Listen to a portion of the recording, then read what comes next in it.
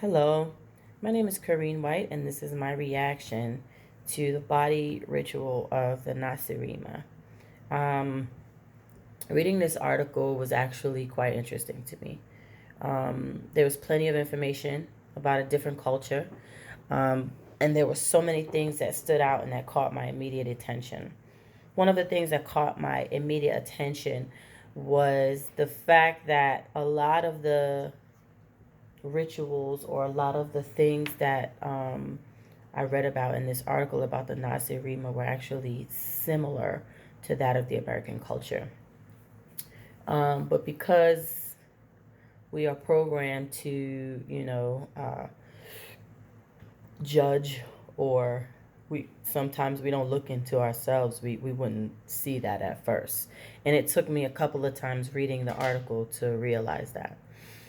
Because they are so uncommon, the magical beliefs and rituals of a group of people known as the Nacirema are fascinating. The Nacirema have numerous magical beliefs, but the ones regarding their own bodies and how they should be cared for are the most intriguing. The Nacirema are a Mexican tribe that dwell in the land north of the Tarahumari. Nobody knows where they originated from, although ancient traditions suggest they arrived from the east. Despite the fact that their practices have been researched for many years, their culture is poorly understood. The Nasirima have a sophisticated market economy. They dwell in a diverse natural environment. People dedicate a large portion of their time to economic activities, kind of similar to us in American culture, where we work and to make a living, to earn a living.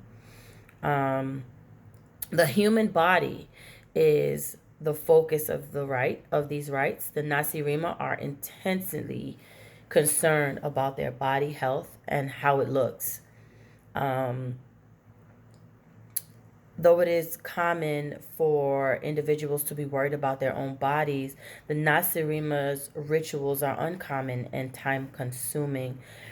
The Nasirima's core concept appears to be that the human body is ugly and that the only way to keep it from becoming weak and ill is to perform tremendous rituals dedicated to this objective, which to me is similar to going to the gym, working out, having a treadmill in your house. I have a bike in my house that I haven't been on in a year. So it's the same objective, if you ask me. Um, every home has one or more shrines dedicated to this purpose. The most powerful members of society have many ceremonial shrine chambers in their homes. Indeed, the wealth of the house owners is sometimes quantified in terms of the number of such ceremonial shrine chambers in a house. The most affluent people's shrine chambers are stone walled, and poor households emulate that of the wealthy by affixing plaques to the walls of their shrines. Either way, they're still practicing the same beliefs. While practically every family maintains at least one shrine in their house, the ceremonial rites linked with it are private and hidden. Okay, the shrine's most essential feature is a box or a chest constructed into the wall. The various charms and mystical remedies that no local feels he could survive without are kept in this chest. The charms and the potions are obtained by the inhabitants from trained practitioners, the medicine men. To me, medicine men would be the doctors that they go to. On the other hand, do not produce the curative potions for their clients, but rather decide on the components and write them down in an old and secret language. This writing is only understood by the medicine men, who offer the needed charm in exchange for another gift. After it has served its purpose, the charm is put in the charm box of the household shrine because the people think that the new magical substance must be purchased each time a new problem develops. And because the people's actual or imagined troubles and ailments are many, the charm box is typically overflowing.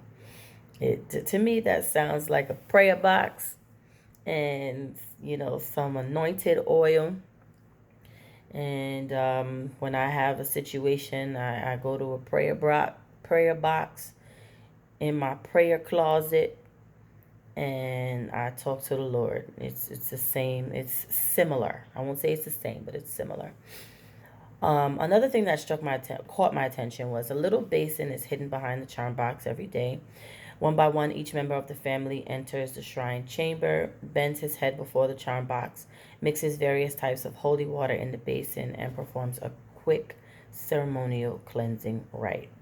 That just reminds me of my mom with the anointed prayer oil, praying over each of us as we leave the house in the morning, going about our day, whether it be to school or to work. It was that reminded me of that. Um, Another thing that caught my attention is the type of practitioner known as a listener. They call this person the witch doctor, but the witch doctor, which has the ability to exorcise the devils that have taken up residence in the minds of those who have been bewitched. That reminds me of a prophet or a prophetess or a person that hears from the Lord, and it can cast out demons out of people who have been possessed. Another similarity that I have seen in Christian culture. Um, Lastly, one thing that this caught me at the end of the article where they talked about fasting rituals being used to make fat individuals thin and feasting rituals being used to make thin people fat. Sort of like a catch-22. Um, Other rituals are performed to make women's breasts bigger if they are little, or making them smaller if they are enormous. Um, this just kind of touches on, to me, um, body shaming. It's you're not good enough the way that you're created. This in American culture is similar to plastic surgery, breast implants. Um, they said fasting rituals, but it sounds like eating disorders, whether it be similar to me. I automatically in my mind, I think about anorexia, bulimia. Um, I'm not thinking of dieting because to me it just sounds extreme. Um, then it spoke about intercourse is both a forbidden topic and a planned act. Attempts are made to avert pregnancy by using magical items or restricting intercourse to specific phases of the moon. So, I mean, it's similar to those people who are, watch their ovulation clock and, they plan their pregnancies. But still, once again, still a similarity. Um, in reality, conception is quite rare. When a woman is pregnant, she dresses to conceal her condition, which made sense to me if, the body was a big, if you feel like the body can be ugly, imagine a baby growing in the belly, disfiguring the body. So, yeah, they would conceal her condition. Um, uh, and then it's done without the assistance of friends or family. And also, lastly, the majority of the mothers do not breastfeed their children. Now, I mean, I'm a mother and I didn't breastfeed my children, but that was a choice. But it seems like in the Nacirema culture, that is what it is, But as it should be a choice. Um, but I won't knock it. It's their culture.